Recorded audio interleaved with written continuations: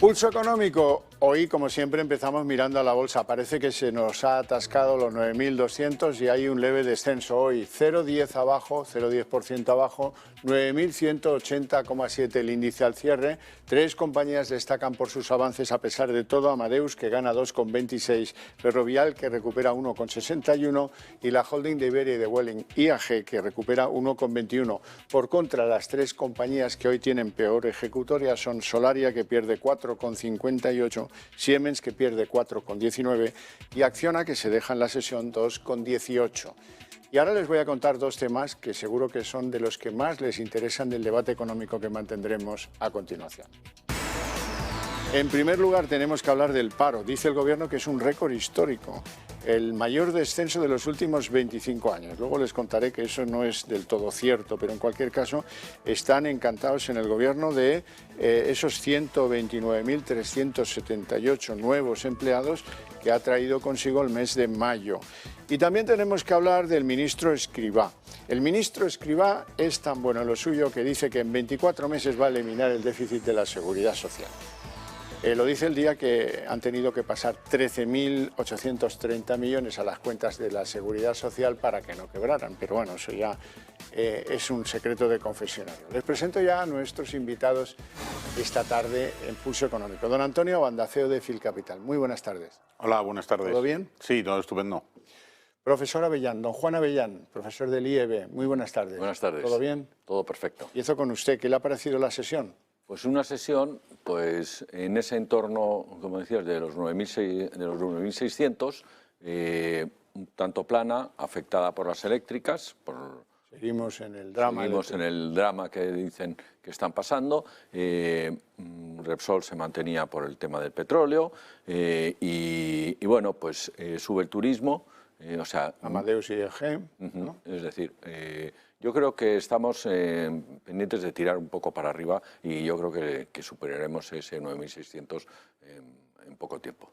Antonio Banda, ¿cómo ves las cosas?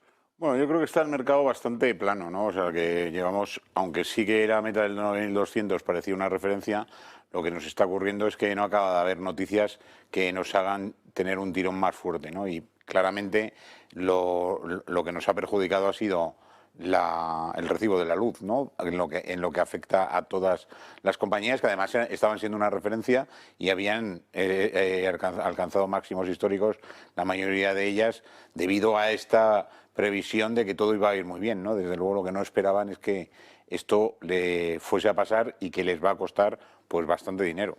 Vale, luego hablaremos de ello porque es el afán recaudatorio de lo verde el que trae buena parte de esa subida. Hay otros elementos más estructurales, lo admito, pero este es el elemento esencial que los mercados descuentan contra la contabilidad de algunas de las grandes productoras de electricidad.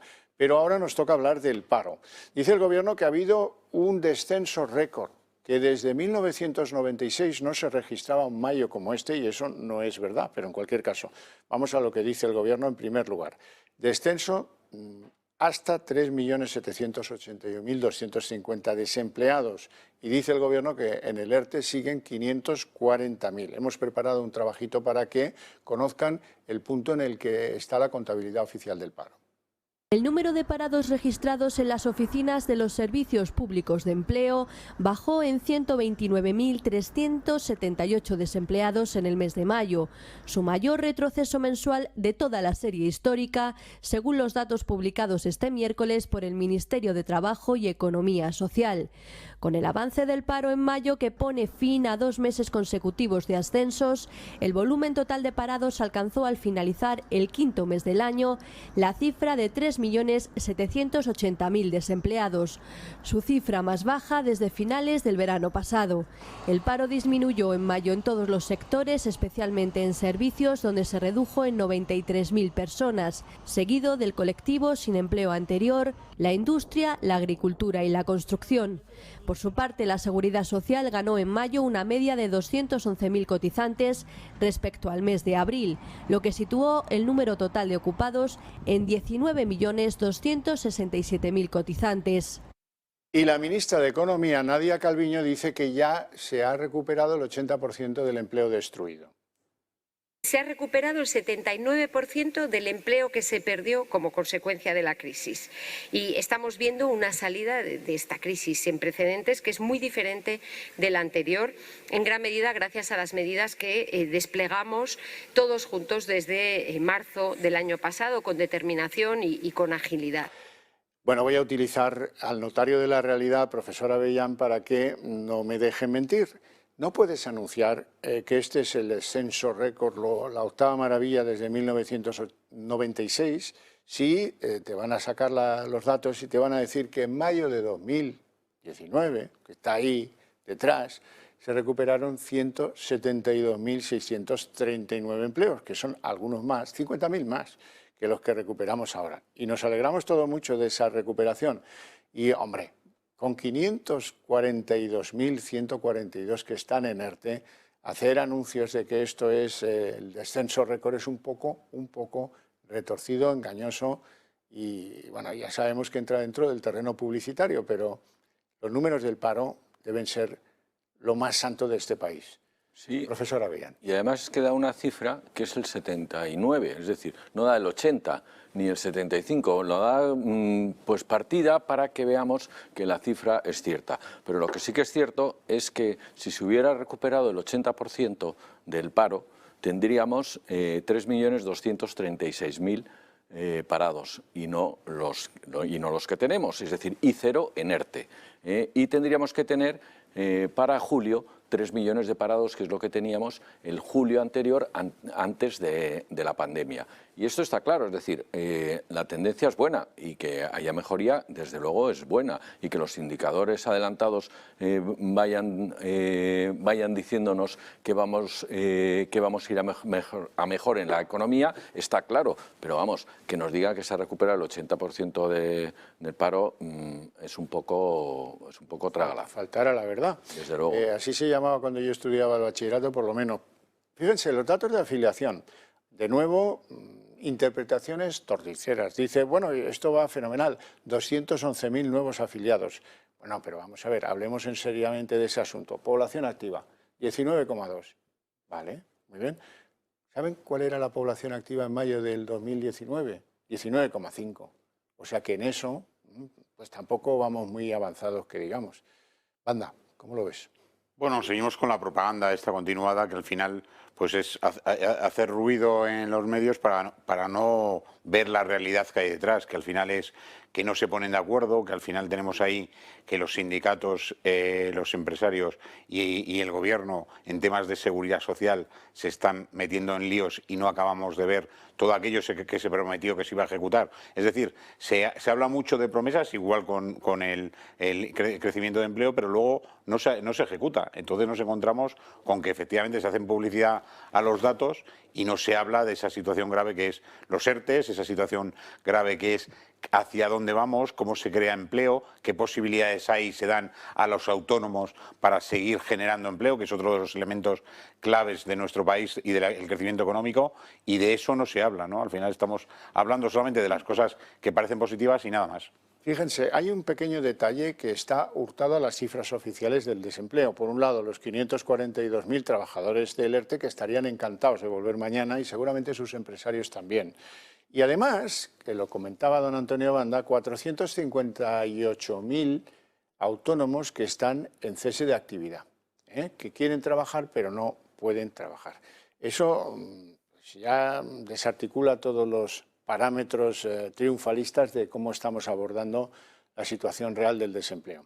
Bueno, vamos con lo eléctrico, lo comentábamos antes. El hachazo eléctrico les va a costar solo a Iberdrola y a Endesa unos 600 millones de euros.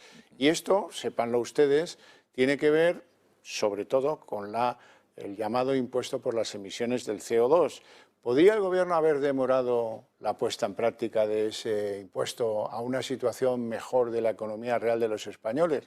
Obviamente sí, pero como la agenda del Gobierno es ideológica, pues han pasado de todo y han impuesto la tasa sobre el CO2 y la repercusión de eso en las cuentas es lo que los mercados descuentan negativamente en esas dos compañías. Sí, y además, como siempre, es un lío, hay poca transparencia.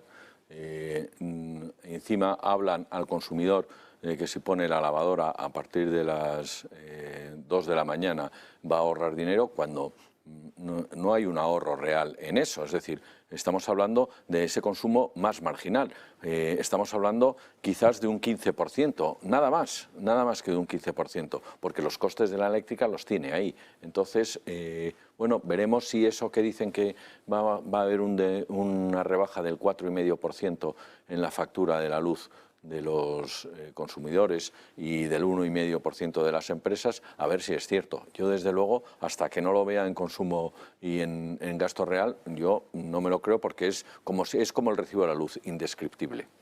Don Antonio Banda, el daño ya está hecho. Las eléctricas tienen que pagar por ese impuesto verde de la ministra Rivera. Lo ha puesto y lo hemos visto en la cotización, pero no solamente lo hemos visto de forma especial en el día que se ha anunciado y la entrada de la nueva tarifa, ¿no?, a partir del 1 de junio. Lo vamos a ver que a las compañías eléctricas esto le va a penalizar hasta que no veamos si hay algún cambio y sobre todo si hay una explicación de esta factura que todavía muy poca gente entiende, ¿no? Y además, de hecho, volvemos al tema publicitario, ¿no?, a que empiezan a hablar de lo que representa consumir en mitad de la noche, cuando si además en el modelo que tenemos, si todos consumen a mitad de la noche, es cuando sube el pico, ¿no? O sea, que estaría claro que si no consume nadie y consume alguien de madrugada, pues le va a costar menos, pero como empecemos a cambiar el sistema, pues al final lo que vas a hacer es una traslación de costes a periodos donde la electricidad tiene menos uso y entonces se incrementaría el precio. Y también tenemos un elemento clave en la factura, que es el 21% de IVA. Aquí somos el único país de toda Europa que tiene ese IVA. ¿Por qué eso sigue sin tocarse? Y además eso es una forma directa de beneficiar a el coste de la factura para el consumidor. Y sin embargo empiezan a meter cosas que más o menos con lo que pretenden es culpar al resto de los participantes, y que ellos como gobierno son los salvadores porque están cumpliendo con las necesidades del déficit, pero que además ese déficit, pues fundamentalmente quien lo va a pagar son las eléctricas, no los consumidores, cuando no es así, bueno, que el gran pagador aquí es el consumidor final. Efectivamente, como siempre. Por cierto, que la Unión Europea, creo que es la tercera vez que lo hace, le dice al gobierno: oiga, usted puede actuar fiscalmente sobre el precio de la electricidad en su país. De hecho, hay muchos países europeos que lo hacen, que tienen un IVA protegido para el consumo eléctrico, que es un bien universal y común, es una commodity imprescindible, y por lo tanto, pues se me ocurre que sería bastante provechoso eliminar, por ejemplo, la doble fiscalidad. Estaría bien, sería dar coherencia al sistema, que no la tiene porque han sido tantas las chapuzas que se han hecho sobre ese recibo de la electricidad, tantos los costes ocultos, tantas las cosas que pagamos que no se entiende por qué pagamos en ese recibo, que lo de menos es lo que uno gasta en energía eléctrica y lo demás es todo lo que viene pegado a eso. Banda, tenemos que hablar del mes de junio. ¿Por qué? Porque hay 8 valores que reparten dividendos. Reparten más o menos 1.500 millones solo en el mes de junio en dividendos. Telefónica es el más fuerte de ello, con 1.088 millones, pero hay más. Sí, normalmente habíamos conseguido hace unos años que la distribución de dividendos se repartiese en los trimestres, ¿no?, que fuesen 4 trimestres, que se pagase trimestralmente, afectaba menos al precio de las acciones, porque al final el dividendo se descuenta del precio de cotización del activo, por lo tanto no es que lo que te paguen pues es lo que te pagan, pero es un coste directo sobre el precio. Efectivamente, lo que tenemos es que todo se ha desplazado a enero y a junio, y vamos a tener este pago que, además, en su gran mayoría, los receptores de este dividendo no son los españoles, sino que son inversores internacionales que tienen presencia en esas compañías, que además tienen un doble efecto, que el efecto impositivo, la doble imposición, lo que permite es que a esos receptores del dividendo, cuando no se les haga retención por no ser nacionales, y que entonces ese dividendo no pague ningún impuesto en España, que eso se ha hablado poco, pero es un efecto también importante sobre la propia fiscalidad del pago. Profesor Avellán. Está claro, se ha adelantado al primer trimestre, hemos tenido un buen trimestre de resultados y bueno, que acompañan a estos dividendos, y esperemos que sigan acompañando los siguientes trimestres. Bueno, como decías, Telefónica, pues ayer fue el último día para pedir el cobro en efectivo, y bueno, pues en la misma línea. has dicho. Don Antonio, hablaba usted de los fondos. Los fondos han venido, pues, su mejor racha desde 2015. Han llegado 11.000 millones de fondos a este mercado nuestro. Bueno, han llegado, o sea, lo que ha pasado es que los inversores españoles llevan invertido en fondos de inversión 11.000 millones más que tenían al principio de año. Estamos muy próximos al máximo histórico y muy probable que acabemos el año pues triplicando esta cifra, ¿no? Por encima de los 300.000 millones de euros en fondos de inversión. ¿Qué ocurre? Que todavía tenemos casi 1 millón de millones en depósitos y el trasiego tiene que venir de que los inversores españoles salgan del depósito, que es un sitio donde no tienes rentabilidad, no tienes capacidad de decisión, porque al final te lo está dando el banco a 12 meses con una rentabilidad del 0,01%, con lo que con los gastos que tiene todo ese proyecto tienes una rentabilidad negativa, y ese dinero poco a poco yo creo que va a ir trasladándose a fondos de inversión. ¿Y quién puede acelerar eso? Los bancos, si deciden no tener a sus inversores o a sus clientes metidos en depósitos, que parece que es lo que están decidiendo ahora, porque para ellos tiene un coste, cuando un banco tiene un depósito tiene un coste de 50 puntos básicos, y por lo tanto lo que están intentando es empezar a movilizar, y cuando se moviliza el banco lo va a hacer de forma mucho más rápida, de salida de depósitos a fondos de inversión. Más rápida, sí, más satisfactoria, no lo sé, porque los gestores de los bancos no son los más listos de la clase. Bueno, pero aquí entran gestores internacionales. Más de 500 gestoras tienen presencia en España y forman parte de ese patrimonio en fondos. O sea que hay gente muy buena y gente muy mala. Sin duda, pero ya sabe usted lo que pasa. Hombre, convendría que no lo tuvieras ahí, pásate a este fondo que es nuestro, y esa ha sido la bandera de la banca. Sí, eso lo han defendido muchos años, pero eso tiene que cambiar. Profesor, bueno, realmente es lo que dices, 2019 sobre 2020 estuvo prácticamente plano.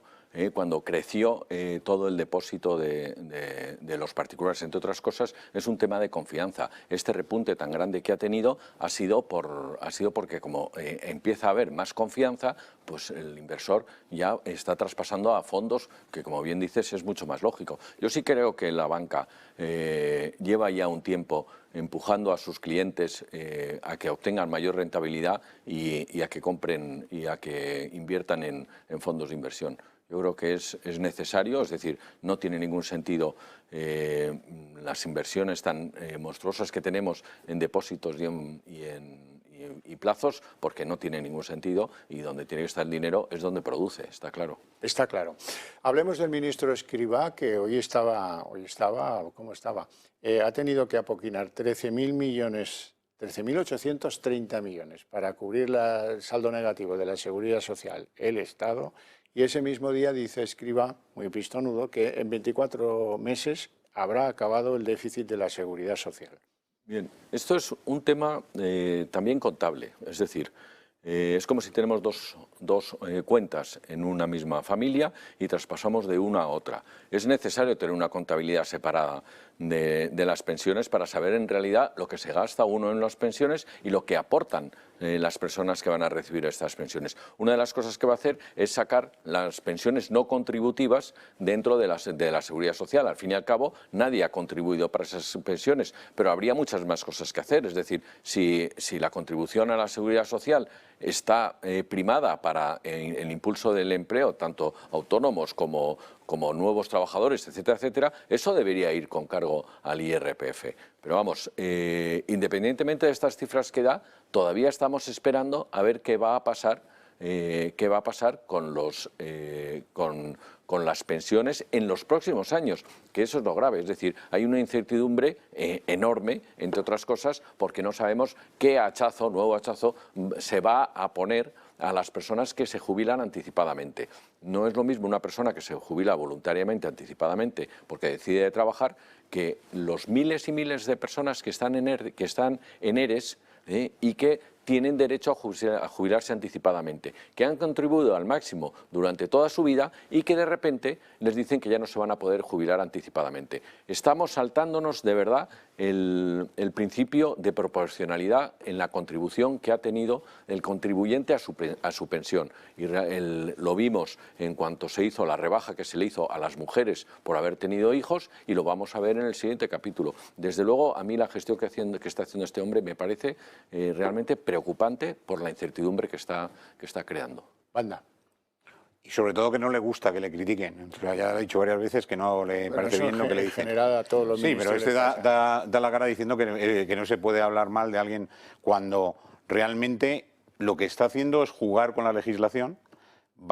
Él dice que va a desaparecer el déficit porque claramente el déficit de la Seguridad Social va a pasar a ser déficit del Estado directo. Entonces, claro, esa cuenta la pones a cero a costa de que el déficit del Estado lo incrementa. Esa jugada la podía haber hecho muchos ministros, no porque no teníamos más ministros de la Seguridad Social, que este es el primero, pero otros ministros de Trabajo durante los últimos años, y estaríamos hablando de otra cosa. Y efectivamente lo que tenemos es el gran problema de las pensiones, que no acaba de ajustar. O sea, dice una cosa, se contradice al día siguiente, no llegan a acuerdos, y de una cosa que parecía que ya estaba firmada, que se iba a ejecutar, resulta que ahora están todavía negociando. O sea, que estamos en algo que nos importa a todos muchísimo, que hay una gran preocupación porque los pensionistas están preocupados y sobre todo por las muchas noticias que hay, que esto se puede caer muy rápido y que puede haber un cambio sustancial del cobro de las pensiones en los próximos años. Y eso no conseguimos que nos informe a los que hemos estado contribuyendo, ni que nos deje claro cuál es nuestra situación, para así poder tomar medidas. Si resulta que no vamos a poder tomar medidas, que la va a tomar él por nosotros, también nos lo tendrá que comunicar. En algún momento estaría bien, sí, que lo hiciera. No tenemos tiempo para más. Tengo que comentarles algo relativo al petróleo. Los expertos dicen que estamos en la fase final de un ciclo alcista de los precios. Veremos si aciertan o no.